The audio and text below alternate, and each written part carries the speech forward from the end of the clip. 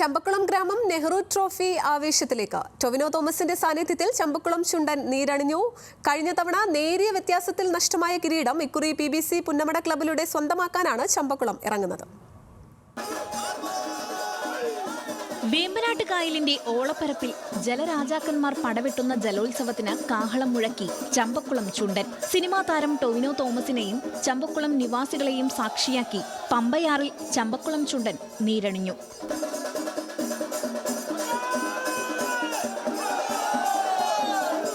വേമ്പനാട്ട് കായലിൽ തീ പാറുന്ന ജലമാമാങ്കത്തിന് ഇക്കുറി ചമ്പക്കുളം എത്തുന്നത് കിരീടവുമായി മടങ്ങുമെന്ന പൂർണ്ണ ആത്മവിശ്വാസത്തിലാണ്. കഴിഞ്ഞ തവണ കപ്പിനും ചുണ്ടിനുമിടയിൽ നിമിഷങ്ങളുടെ വ്യത്യാസത്തിലാണ് ചമ്പക്കുളം പിന്തള്ളപ്പെട്ടത്. PBC പുന്നമടയിലൂടെ കഴിഞ്ഞ വർഷത്തെ കണ്ണീരിന് പകരം ചോദിക്കാൻ ചമ്പക്കുളം ഒരുങ്ങിക്കഴിഞ്ഞു. ചമ്പക്കുളം ചുണ്ടനെ സംബന്ധിച്ചിടത്തോളം ഇത് 50ാം വാർഷികമാണ്. അതിൻ്റെ ആദ്യത്തെ ചുണ്ടൻ ബലക്ഷയം കാരണം UST ഗ്ലോബൽ തിരുവനന്തപുരത്ത് വിശ്രമിക്കുകയാണ്. ഒരു 10 വർഷം മുമ്പ് 2014 ഈ പുത്തൻ ചുണ്ടൻ എടുക്കുകയും അന്ന് പച്ചത്തടിയിൽ തന്നെ UBC കനികരെ കൊണ്ട് നമ്മൾ വെള്ളിക്കപ്പ് സ്വന്തമാക്കുകയും ചെയ്തു. അതിൻ്റെ 50ാം വർഷ ആഘോഷത്തിൽ നാട്ടുകാരെല്ലാം വളരെ ആവേശത്തിലാണ്.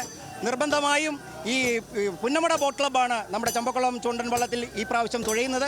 എണ്ണമറ്റ ഏറ്റവും കരുത്തുറ്റ നല്ല പോരാളികളെയാണ് പുന്നമട ബോട്ട് ക്ലബ്ബ് നമുക്കായി നൽകിയിരിക്കുന്നത്. തീർച്ചയായും പുന്നമടയുടെ കൈക്കരുത്തിൽ ചമ്പക്കുളം ചുണ്ടൻ വെള്ളിക്കപ്പ് മുത്തമിടും എന്നുള്ള കാര്യത്തിൽ യാതൊരു സംശയവും ചമ്പക്കുളം ഗ്രാമത്തിന് ഇല്ല എന്ന് തന്നെ നിർബന്ധമായും പറയാം. 50 വർഷത്തെ പകിട്ടോടെ എത്തുന്ന ചമ്പക്കുളം ചുണ്ടൻ നെഹ്റു ട്രോഫി, ചമ്പക്കുളം മൂലം വള്ളംകളി, നീരേറ്റുപുറം വള്ളംകളി എന്നിവയിൽ ഹാട്രിക് കിരീടം നേടിയവരാണ്. വെള്ളിക്കിരീടത്തിൽ മുത്തമിടാൻ ചിട്ടയായ പരിശീലനത്തിലാണ് ചമ്പക്കുളം ചുണ്ടൻ. ന്യൂസ് മലയാളം, ആലപ്പുഴ.